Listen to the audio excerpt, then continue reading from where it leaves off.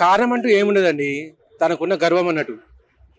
తన వల్లనే పార్టీ బతుకుతుంది, తన వల్లనే ప్రజలు బతుకుతున్నారు, తన వల్లనే దేశం బతుకుతుందన్న గర్వం అది. అంటే తను చేసిందంటూ ఏం లేదు, కానీ నేనే చేస్తున్నాను అన్నట ఒక అపోహ అన్నట్టు తనకు. ఇప్పుడు తల్లి తనకు ఎంత ద్రోహం చేశాడు. తన అధికారంలో ఉన్నప్పుడు తల్లిని అసలు పట్టించుకోలేదు, తల్లిని చూసిన పాపన పోలేదు. తనకు కనీసం జ్వరం వచ్చి ఇంట్లో పడుకుంటే వెళ్ళి పలకరించిన పాపన పోలేదు. అటువంటి వాడు అది కూడా వదిలేసి తనంతట తాను తన దగ్గర వెళ్ళింది. కొడుకు కదా, కౌలించుకుందాము, చాలా రోజుల దగ్గర కలిశాడు, ఒకసారి ప్రేమ చూపిద్దాము అని చెప్పేసి అయినా కూడా కౌలించుకోవడానికి కూడా తన దగ్గరకు రాలేదు. కానీ జగన్మోహన్ రెడ్డి గారు ఇక్కడ ముందుగా తన పక్కన ఉన్న ఒక సాధారణ పిల్లవాడు ఎవరైతే ఉన్నారో ఆ పిల్లవాడిని పట్టుకొని తన బుగ్గలకు వెళ్ళి తనని పలకరించారు, కానీ వెనకాల ఉన్న విజయమ్మ గారిని ఎందుకు పట్టించుకోలేదు అని అంటారు. అసలు ఎలా అనిపిస్తుంది అంటే బయట వాళ్ళకి ఇంట్లో వాళ్ళకి ఆ మాత్రం ఆప్యాయత ప్రేమాభిమానాలు ఉండమంటారా జగన్మోహన్ రెడ్డి గారి దృష్టిలో? ఇది బయట ఇంట్లో అని కాదండి, ఇది క్లియర్ గా పబ్లిసిటీ స్టంట్ అన్నట్టు.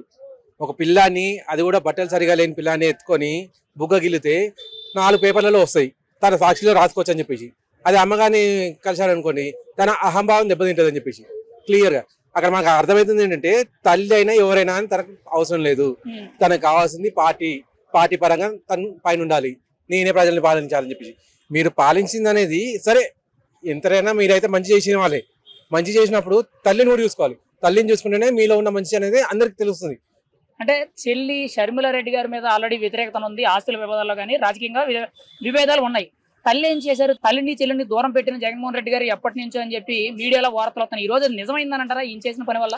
ఖచ్చితంగా నిజమేనండి, అది తెలిసిన నిజమన్నట్టు ప్రజలందరూ తెలిసిందే. అది ఇప్పుడు షర్మిల గారు పార్టీ తనను సపరేట్ పెట్టుకున్నారు, మీరు కూడా సపరేట్ గానే ఉన్నారు, తన దగ్గర రానియలేదు. ఇది అనేది మీరు స్పెషల్ గా కలిసింది మీ తండ్రి గారి సమాధి దగ్గర. అక్కడ కలిసినప్పుడు మీ చెల్లి వచ్చినా మీ తల్లి వచ్చినా మీరు పలకరించేది ఉండే. మీరు మాజీ సీఎం అంటే ప్రజల మనిషి అని చెప్పేసి, ప్రజల మనిషే కాకుండా కుటుంబ మనిషి కూడా అర్థమయ్యేది ప్రజలకు అనేది. ఆ మాట మీరు మర్చిపోయారు.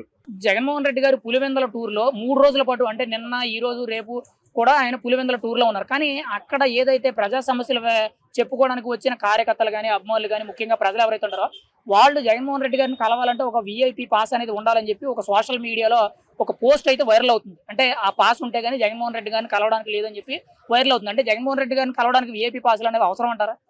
ఎంత ఆకతాయితనం అంటే ఇది. ఒక తిరుపతికి పోతే మనకు VIP పాస్ అని చెప్పి ఉంది, ఆ తిరుపతిలోనే VIP పాస్ ఎందుకు దేవుని కలవడానికి అని చెప్పేసి ఎంతో మంది ప్రజలు మాట్లాడుతున్నారు. అటువంటిది నువ్వేమైనా దేవుడిగా, పోనీ వరాలు ఏమైనా ఇస్తున్నావు వాళ్ళకు డైరెక్ట్ గా?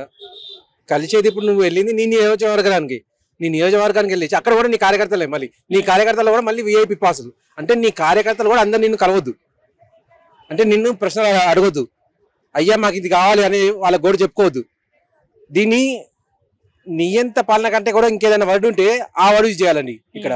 ఎందుకంటే నియంత పాలన అంటే కనీసం నానే వాళ్ళని చూసుకుంటాడు, అక్కడ ఇక్కడ నానే వాళ్ళని కూడా దగ్గర రానిస్తలేడు. అంటే బయట నీ నియోజకవర్గ ప్రజలను నువ్వు చూసుకుంటలేదు, నీ కార్యకర్తలను నువ్వు దగ్గర రానియట్లేదు. VIP పాస్ ఇచ్చేసి ఏం చెప్పాలనుకుంటున్నారండి దేశానికి మీరు? అంటే మీరు ఒక రాజకీయ నాయకుడు అనుకుంటారా లేక ఇంకేదైనా? అంటే చాలా మంది కూడా ఇప్పటి వరకు VIP పాస్లు అంటే సినిమా ఫంక్షన్ లోనో, లేదంటే పెద్ద పెద్ద సెలబ్రిటీలు వచ్చినప్పుడు, లేదంటే ఈ తిరుమల తిరుపతి VIP బ్రేక్ దర్శనాలు ఇలాంటప్పుడు విన్నాం. కానీ మొట్టమొదటిసారిగా రాజకీయాల్లో VIP పాసులు ఇటువంటివి ఇంట్రడ్యూస్ చేసింది, ఈ రికార్డు కొత్త ఘనత క్రియేట్ చేసింది జగన్మోహన్ రెడ్డి గారు అన్నారు. ఇది ఎలా అనిపిస్తుంది మీకు? దీన్ని రికార్డు అన్న కంటే పరమ చెత్త పని అని చెప్పేసి అనొచ్చండి. ఎందుకంటే తను ఒక ఎమ్మెల్యే, ఒక నియోజకవర్గానికి మాత్రమే ఎమ్మెల్యే, ఎక్స్ సీఎం. తను మంచి పని చేసి ఉన్నా, ఏది చేసినా, ఏదైనా ప్రజలు అనేది నమ్మలేదు తనని సీఎంగా. తన నియోజకవర్గం వాళ్ళు మాత్రం నమ్మి కూర్చోబెట్టారు. అలా నమ్మి కూర్చోబెట్టినప్పుడు వాళ్ళని దగ్గర రానియకుండా చేసుకోవడం అనేది ఆయన చేసే తప్పిదం అన్నట్టు క్లియర్ అది. అంటే గతంలో కూడా జగన్మోహన్ రెడ్డి గారు 5 ఏళ్ల పాటు ముఖ్యమంత్రి హోదాలో ఉంటే ప్రజల్ని కలవలేదు, ప్రజలకు దూరంగా ఉన్నారు కాబట్టి ఓడిపోయారు. ఇప్పుడు కూడా ఒక మాజీ ముఖ్యమంత్రి హోదాలో ఉండి ఒక నియోజకవర్గానికి ఎమ్మెల్యేగా ఉండి కూడా ఆయన ఇటువంటి పని చేయడం అనేది కరెక్ట్ కాదని చెప్పి చాలా మంది కూడా విమర్శిస్తున్నారు. దాని గురించి మీరేం చెప్తారు? చాలా కరెక్ట్ విషయం అండి. ఇప్పుడు ఆయనకు సీఎంగా ఓడిపోయాడు. తను ఏమనుకున్నాడంటే ఈసారి ప్రతిపక్షానికి ఇంత ముందుకు వచ్చిన సీటు రావని చెప్పి అనుకున్నాడు. ఎలక్షన్స్ అయిపోయేంత వరకు కూడా అదే మాట చెప్పాడు. తనకు ఎలక్షన్స్ అయిపోయి తను ప్రతిపక్షంలో కూర్చున్నాడు. ప్రతిపక్షంలో కూర్చున్న ప్రతిపక్ష హోదా అనేది ఇంకా రాలేదు, ప్రతిపక్షమే అంటారు తనని, హోదా రాలేదు. ఇంత కింది స్థాయిలో ఉన్నా కూడా ఇంకా కూడా తన నిజాలనేది తెలుసుకోవడం లేదు. నిజాలను తెలుసుకోకుండా తను అధికారంలో ఉన్న ప్రజలను చూసుకోలేదు, ఇప్పుడు కూడా ప్రజలను చూసుకోవడం లేదు. అదే సేమ్ రిపీట్ కాబోతుంది అన్నట్టు. ఇప్పుడు ఈ నియోజకవర్గం నుంచి కూడా ఓడిపోతే అప్పుడు మీ పరిస్థితి ఏంటిది? జగన్మోహన్ రెడ్డి గారు ఈ వ్యవహార శైలి అంటే తన తండ్రి సమాధి దగ్గరికి వెళ్ళినప్పుడు తల్లి పలకరించినప్పుడు పట్టించుకోకపోవడమే కానీ కార్యకర్తలందరూ వచ్చినప్పుడు కూడా వాళ్ళకి విఐపి పాసులు అనే సిస్టమ్ పెట్టి వాళ్ళని దగ్గర రానికపోవడం అనేది ఎలా అనిపిస్తుంది? జగన్మోహన్ రెడ్డి గారు రాజకీయ వ్యవహార శైలి అనేది మీకు ఒక మాటలో ఎలా అనిపిస్తుంది? మీ అభిప్రాయం ఏంటి? నీ ఎంతండి క్లియర్, నేను ఏది చేసినా నా ఇష్టం చేస్తా. నా తల్లి కానీ నా కార్యకర్త కానీ నా దగ్గర రావాల్సిన అవసరం లేదు. నేను పిలిచిన మాత్రం నా దగ్గర కావాలి. అటువంటి దానికి మీరు రాజకీయ నాయకుడు ఎదగాల్సిన అవసరం ఏముందని? అటువంటి నేను చేసిన అనుకోండి, నన్నే నా ఇంట్లో చెల్లగొడతారు, నా స్నేహితులను నా దగ్గర రానివారు. రాజకీయ నాయకుడు అంటే అందరితో కలుపుకొని అందరినీ కలుపుకొని పోయేవాడే రాజకీయ నాయకుడు. తల్లిని కాదన్నట్టు ఎక్కడి చేస్తాడని ఇంకా రాజకీయ నాయకుడు? అది మీరు నిర్ణయించుకోవాలి. ఎక్ససీఎం అనే చేసే పని అయితే ఇది కాదు.